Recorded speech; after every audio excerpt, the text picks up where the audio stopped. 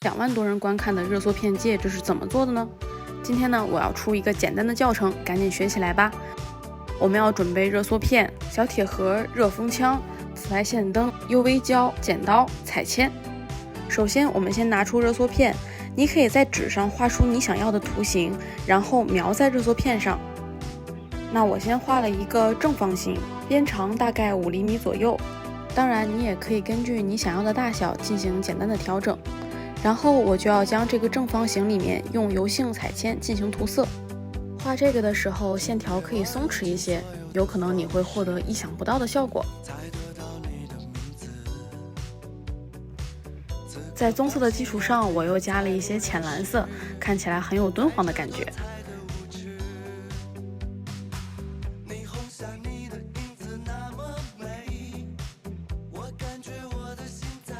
方法还是一样的，你可以多搭配一些颜色。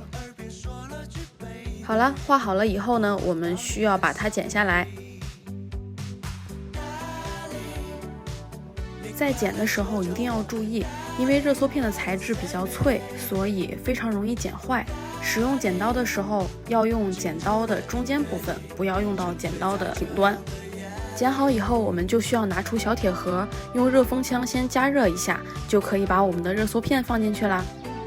吹的时候从一角开始均匀的吹，不要大面积的乱晃热风枪。看着热缩片由大到小，是不是感觉非常的神奇呢？吹好以后，我们需要用一个平平的盖子把它压一下。注意，在这一步的时候，热缩片会非常的烫，请大家一定要小心哦。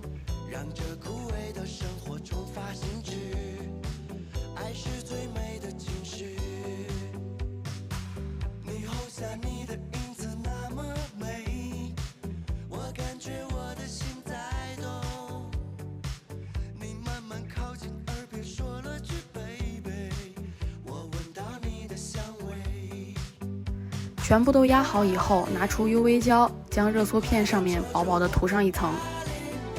如果你做的比较大，又产生了气泡，就可以用打火机烧一下就好了。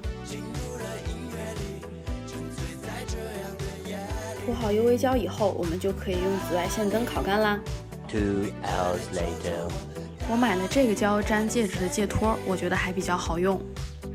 在戒指的背面轻轻的点一点，将戒托放在上面，大概5秒钟就可以了。如果想要粘得更牢，我建议一定要晾几个小时，再进行下一步的操作。现在戒指就已经粘好了，但是如果想要它更牢固的话，就可以用 UV 胶再进行一次封层。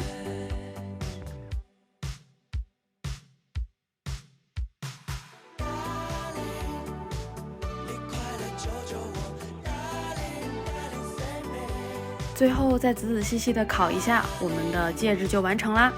夏天来了，做一些这样的小戒指，美美的出门吧。关注很绘画，做点艺术不迷路。